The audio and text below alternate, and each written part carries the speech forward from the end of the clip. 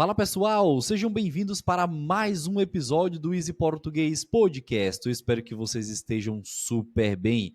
Fala comigo, Prof. Luiz, tudo beleza? Fala, prof, tudo tranquilo por aqui? É o nosso terceiro episódio do dia, né? E o quinto episódio da semana. Antes a gente só publicava quatro, né? De segunda a quinta, e já tem um tempinho aí que a gente aumentou. Agora a gente publica cinco, né? Todos os dias, de segunda a sexta, tem episódio novo. E quando for sábado e domingo, você pode assistir os episódios antigos, né? Que você ainda não assistiu, beleza? Prof, como é que tá? Você já comeu alguma coisa? Eu já tô com fome aqui, ah. Já passou o almoço aqui, né? São as 3h41. Estamos gravando, né? Um pouco tarde, na verdade, né? Na segunda-feira houve um problema no cloud, muitos alunos estavam reclamando aí, nós não conseguimos postar, né, o episódio da segunda e da terça no dia realmente, né?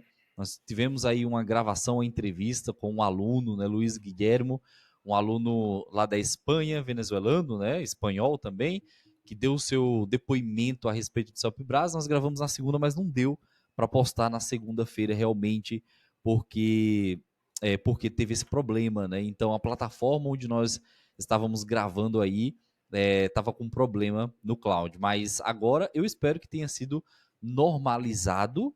Nós estamos gravando hoje aí mais 3 episódios e eu espero que vocês recebam esse episódio no dia, né? Esses episódios nos dias corretos. Mas e por aí, prof? Como é que estão as coisas? Tudo certo? Tudo tranquilo. Eu lembrei que eu recomendei um podcast, né? Eu falei assim, ó, para você praticar português, é bom você escutar podcast. Nós temos um podcast, Easy Português Podcast, no Spotify. Aí ele falou, ah, não, então eu não posso escutar, porque eu não tenho Spotify. Mas lembre que tudo isso aqui é grátis, né? Você não paga nada e que Exato. também a gente tá em outras plataformas. Ele falou que tinha só um podcast lá que eu acho que ou é da Amazon ou é da Apple. Tem algum podcast da Apple? Alguma plataforma da Apple, prof? Eu acho que não, né? Ou Tem, sim? né? Nós gravamos no. Bom, nós gravamos em uma plataforma e essa plataforma distribui para outras. Ah, Então beleza. nós estamos aí em. São tantas plataformas que eu nem sei, na verdade, né? O nome de todas, mas na Apple nós estamos também, né? Estamos lá na Amazon Music e também no Spotify, que são as três principais, mas você encontra em várias outras por aí, tá bem? Mas a transcrição, realmente, eu acho que apenas no Spotify, porque ele dá no aplicativo essa possibilidade, né? Então, por enquanto, as transcrições estão livres aí, você pode acessar sempre que você quiser, beleza? Perfeito. Mas é Depois isso, ele não conseguiu encontrar, prof? foi, ele não tinha, porque ele não tinha o Spotify, né? Ele achava que era só no Spotify. Mas aí eu falei pra ele que a gente tava em todas as outras plataformas e que o Spotify também é grátis. Inclusive, eu fiquei com a dúvida, prof. Me lembra aí, depois do podcast, de eu tirar essa dúvida com você sobre as outras plataformas aí também, sobre o Uhum. podcast, beleza? Eu até anotei aqui Bom, pra depois falar com o perfeito. prof. Luan. Perfeito, beleza. Hoje então a gente vai falar sobre o que, prof? Conta aí pra gente. Hoje nós iremos falar a respeito do processo, né, de obter a habilitação, de obter o documento que permite você dirigir no Brasil. Então, vamos falar, né, se você chegou aqui no Brasil, você é estrangeiro, chegou aqui no Brasil, você quer dirigir, como é que Uhum. faz, né, para poder dirigir aqui no Brasil? Ou se você veio morar no Brasil, mas tinha sua habilitação em outro país, como é que você faz para renovar, para ter, na verdade, né, a habilitação, que é a CNH, nós chamamos de CNH, então esse é o primeiro vocabulário que você tem que escrever aí, tá? CNH, então escreva aí o vocabulário CNH, e nós iremos falar um pouquinho sobre isso, né? Mas antes, vamos falar sobre o trânsito no Brasil, né? De maneira geral. Prof, como que é o trânsito no Brasil? Como é que você julga o trânsito no Brasil? Por exemplo, eu consegui ter uma comparação do trânsito no Brasil quando eu fui para a Argentina, né? Em Buenos Aires no ano passado, no mês de dezembro. Se tem muito argentino aí assistindo, né? Ouvindo o podcast, dá um oi aí, né? Pode escrever nos comentários, diz aí se você é da Argentina ou não. Mas eu senti uma diferença muito grande, né? Eu vi que lá em Buenos Aires o pessoal é muito apressado, né? O pessoal tem Hum, muita pressa, tem muitos carros também e que tem muito sinal, né? O que nós chamamos de sinal, na verdade, é o semáforo, né? uhum. Bastante semáforo. Eu até conversava ali com a minha esposa e dizia que a cada esquina tinha uma pausa. E assim, quando eu falo isso, o pessoal às vezes pensa que nós estamos exagerando, mas na verdade não. Cada esquina realmente tinha um sinal, né? Nas avenidas principais tinha um sinal, um semáforo, e aí o Uber sempre tinha que parar, sempre tinha que parar. Então, o aeroporto era muito próximo de onde nós estávamos, mas nós demoramos aí uns 30, 40 minutos para poder chegar lá, porque o trânsito, né, o tráfego, né, era muito grande, né? O Uhum. fluxo de carro era muito alto. Sem contar também que nós vimos, talvez seja problema de capitais, né? Várias brigas de trânsito. Então, do tempo que nós passamos lá, nós vimos um acidente entre um motoboy e um carro, né? Então, o motoboy estava lá deitado, esperando socorro. Depois, nós vimos duas mulheres discutindo por uma vaga do carro, né? Depois, eu lembro que nós íamos atravessar a rua, nós estávamos atravessando a rua na faixa de pedestre. Me veio a palavra, como é, prof? A faixa de pedestre. Pedestre, né? E aí nós estávamos atravessando lá e passou um carro, né, buzinando, como se a gente não tivesse prioridade. Então eu senti que tinha um certo fluxo ali muito alto, né, no trânsito lá em Buenos Aires. E é claro, né, se a gente for comparar com São Paulo, funciona de maneira semelhante. Mas aí, prof, qual é a sua percepção do trânsito no Brasil? Você que já viajou bastante aí por esse país. É um inferno, né? Se você não tivesse dito Buenos Aires, eu ia dizer, ele está descrevendo o Brasil, né? O Brasil é a mesma coisa, né? Eu acho que nos países da América é muito parecido, né? O trânsito, né? De maneira geral. No Brasil é a mesma coisa. Principalmente São Paulo, assim, se você vai para São Paulo, depende da região, claro, mas a parte mais cêntrica, assim, é um absurdo, é uma quantidade de carros que você nem imagina, né? Então tem muitos carros, sempre vai ter uma discussão ou outra, né? É bastante complicado, mas, por exemplo, o Prof. Luan e eu, nós somos de cidades pequenas, né? De um Uhum. estado mais simples no Brasil, uma província, um estado mais simples, né? Então, nas nossas cidades, a minha cidade, por exemplo, não existe trânsito, né? É muito difícil alguém ser atropelado na minha cidade, porque é uma cidade pequena. Acho que em qualquer outro lugar vai ser assim também. Só que aí, ó, a cidade do Prof. Luan já é uma cidade mais cêntrica, uma cidade maior. Aí já tem mais trânsito. Aí tem a capital aqui da nossa região, que se chama Maceió. Aí Maceió nem se fala, já tem bastante trânsito. Se você sai no horário pico, né? A hora do rush. Então, se você sai meio-dia, 4h30, 5 horas, ixi, você vai ver muitos ônibus, muitos carros, verdade? Muita gente fazendo Uber.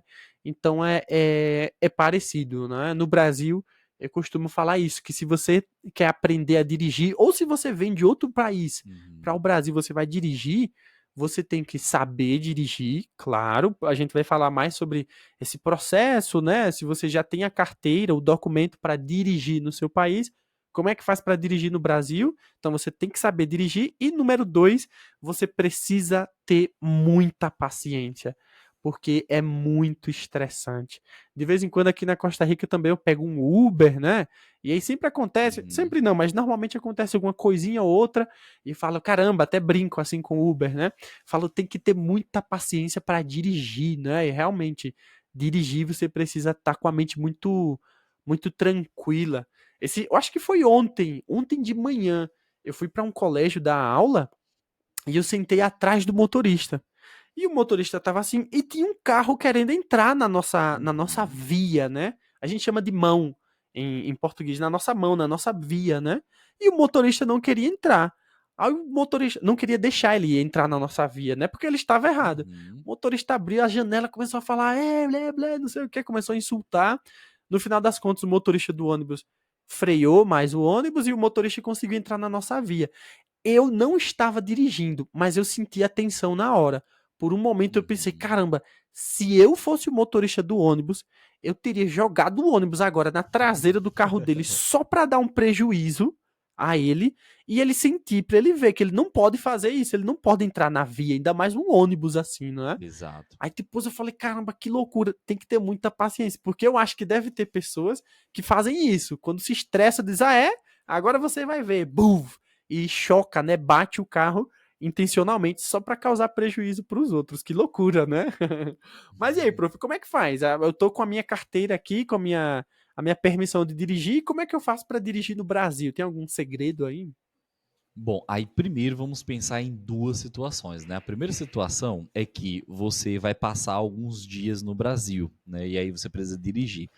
Como é que a gente faz? Bom, se você tiver uma habilitação válida no seu país de origem e esse país, o seu país, for signatário da Convenção de Viena sobre Trânsito Viário de 1968 ou da Convenção de Genebra sobre o Trânsito Viário, ou houver algum acordo, né, de reciprocidade com o Brasil, isso acontece bastante com os países aqui da América Latina, né? Então, muitos têm acordos com o Brasil, então só é você verificar se existe algum acordo aí de reciprocidade, tá?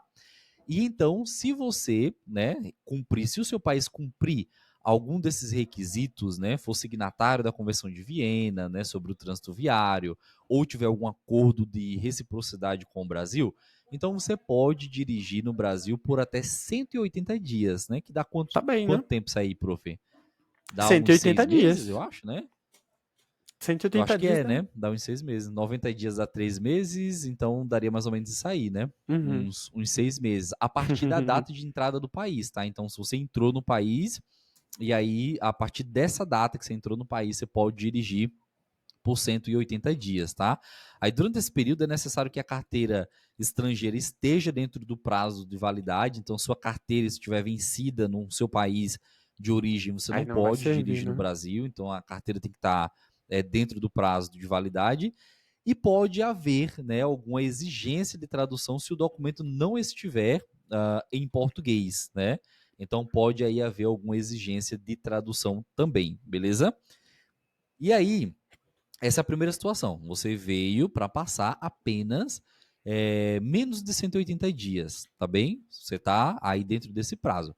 Aí depois desse prazo, depois dos 180 dias, se você quiser continuar dirigindo legalmente no Brasil, aí vai ser necessário dar entrada em um processo, né, para obter a CNH ou para trocar pela habilitação brasileira, que é a Carteira Nacional de Habilitação. É essa CNH, é a CNH, né? sigla que nós utilizamos, né?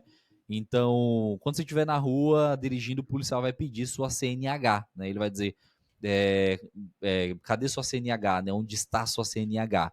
Aí você vai ter que Uhum. apresentar a CNH, tudo bem? Então, passando os 180 dias, se quiser dirigir legalmente no Brasil, você vai ter que fazer essa troca aí, né? Vai trocar a sua habilitação pela habilitação brasileira, beleza? Bom, aí, claro que você tem que pensar nessas exigências, né? Uhum. E aí eu já vou dar uma lista aqui de exigências que você deve levar em consideração antes de dirigir no Brasil, que é a sua habilitação ser válida, né? Você comprovar a entrada no Brasil, né? Se você tiver aí, você vai mostrar aí o seu passaporte, né? Sua passagem, né? Para contar realmente os 180 dias. Uhum. Em alguns estados vai exigir a tradução juramentada da carteira estrangeira, então você tem que verificar isso, né? Acho que E por via das após os dúvidas 180 dias é você vai precisar melhor fazer um traduzir, né? processo para poder. Levar Como? tudo traduzido, acho que é a melhor Tudo opção, né? Pra traduzido. não evitar É bom, problemas, né? já é bem melhor, né? Já reduz aí bastante problema, tá bem? E aí, após os 80 dias, você vai fazer o processo, né, para poder ter a CNH brasileira. E como que é o processo, né? Você vai fazer exames de aptidão física e mental, avaliação psicológica e dependendo, você vai fazer a prática de direção, né? Dependendo não, na verdade é norma, você vai ter que fazer a prática de direção, né?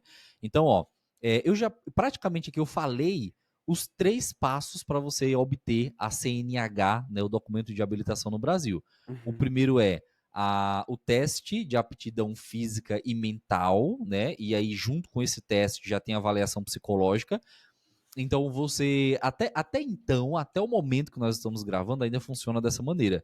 Você se dirige a um centro de formação de condutores, que antigamente era chamado de autoescola, e aí, nessas autoescolas, o que, é que você vai fazer? Você vai dizer que quer começar o processo para tirar a habilitação, para obter a habilitação.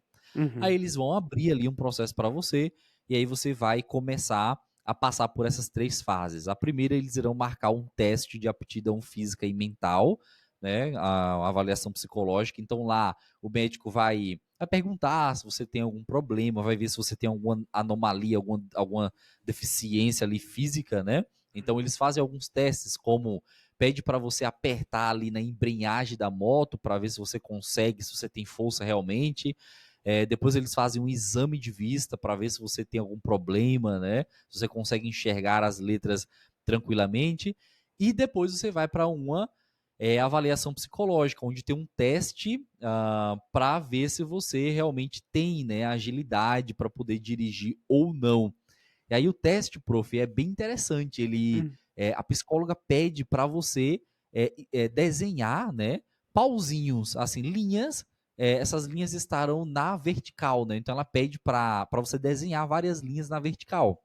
E curioso, essas né? linhas desenhadas na vertical, elas serão feitas em uma folha A4, né? Sem linhas na horizontal. Você vai ter que fazer essas linhas em pé, né? Ela vai dar um tempo ali, e aí você vai começar a fazer essas linhas em pé. Quando ela pedir para parar, aí você para, faz um traço na horizontal e começa a fazer as linhas na vertical. E aí depois ela vai avaliar praticamente a sua coordenação através das linhas, né? Então, Hum, se você fez as linhas muito deitadas, pode ser que, bom, ela sabe interpretar, né? Mas pode ser que você não tenha ali a aptidão, né, para poder dirigir. Então as linhas têm que estar ali em pezinha, né? Tem que seguir, tem que estar do mesmo tamanho, a linha 1, a linha 2 que serão feitas na vertical devem estar também no mesmo tamanho.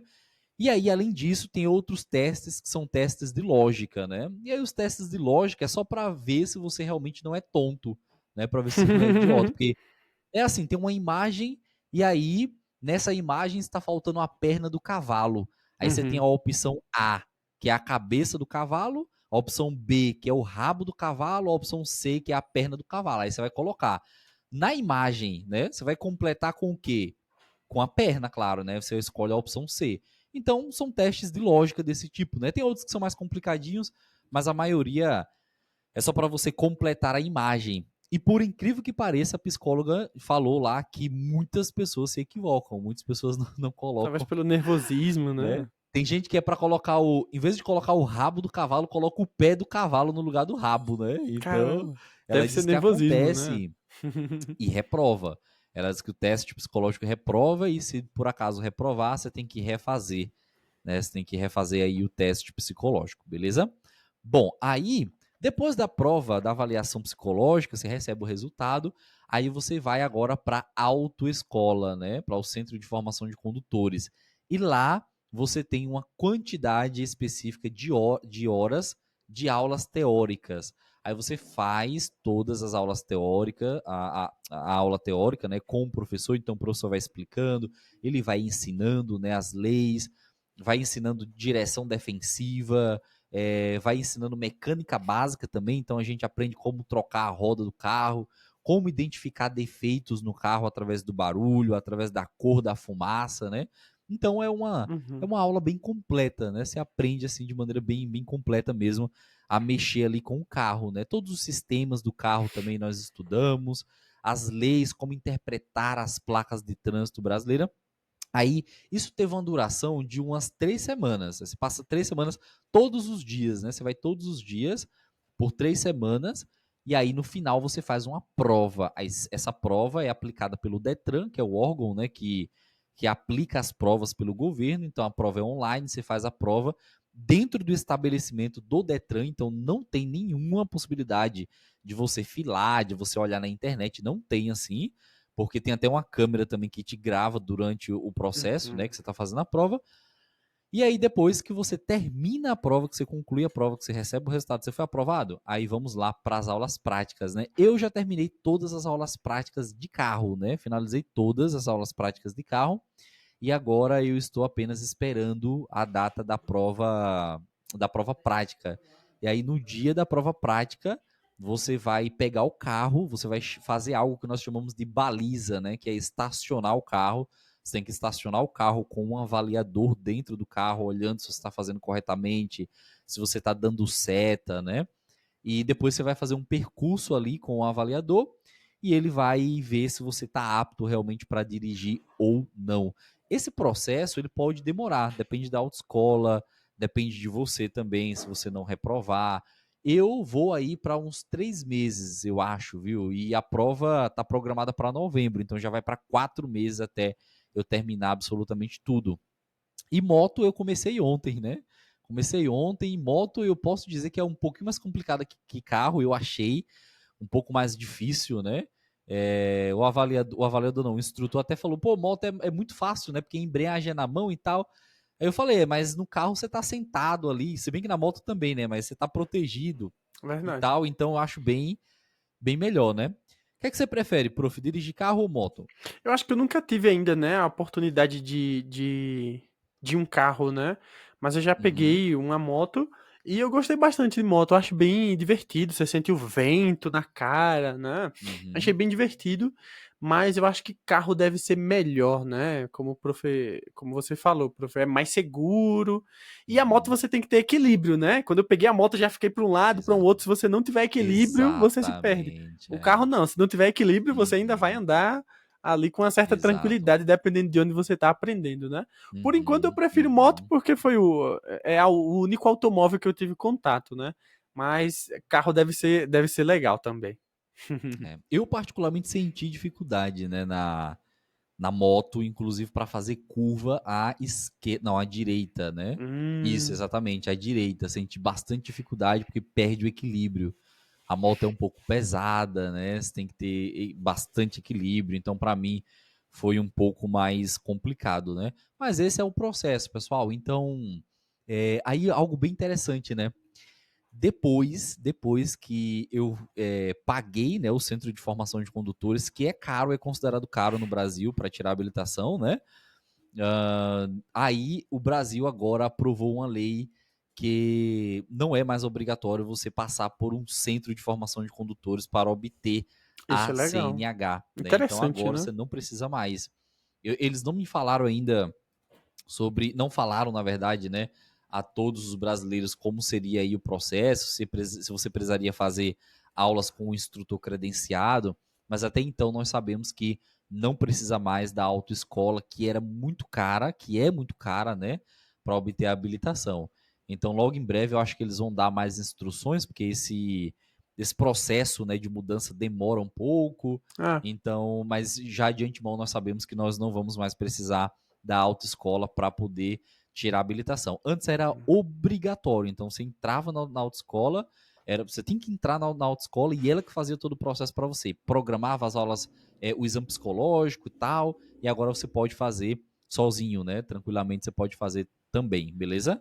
Mas isso é bem recente, assim, eu acho que, não sei, talvez não tenha um mês que isso foi divulgado, então tá muito novo, quem sabe em breve a gente grave outro episódio para dar mais informações, porque é uma informação importante, né? Não só para os brasileiros, mas para vocês também que querem tentar obter a CNH aqui no Brasil, beleza? Prof, por hoje é só? excelente. Eu tava lembrando que de um aluno, né, que foi para o Brasil, ele foi para São Paulo e aí ele tem a carteira, né, tem no seu país, né, ele tem a carteirinha, o documento que Uhum. permite ele dirigir. E aí ele foi para o Brasil, alugou um carro e ele fez uma loucura que eu não recomendo, mas se você sabe dirigir, tá bem, né? Que ele alugou um carro e ele foi de São Paulo até o Rio de Janeiro dirigindo, foi de carro, alugou o carro, chamou alguns amigos brasileiros e de fora do país também, e foi dirigindo de São Paulo até o Rio de Janeiro. Foi fazendo pausas, foi tirando foto das paisagens, enfim. É uma aventura. Se você souber dirigir, você pode fazer também. Eu não Exato. recomendo porque acho que, enfim, são muitas horas dirigindo, talvez seja um pouco estressante, né? Mas ele foi Uhum. lá, ele É. fez e gostou, né? Então, tá aí. É isso, né? Ah, Fica é aí a muito da hora. recomendação. Beleza, então é isso. Valeu, prof. Valeu, pessoal. Nos vemos na próxima semana. Se cuidem. Tchau, tchau. Valeu.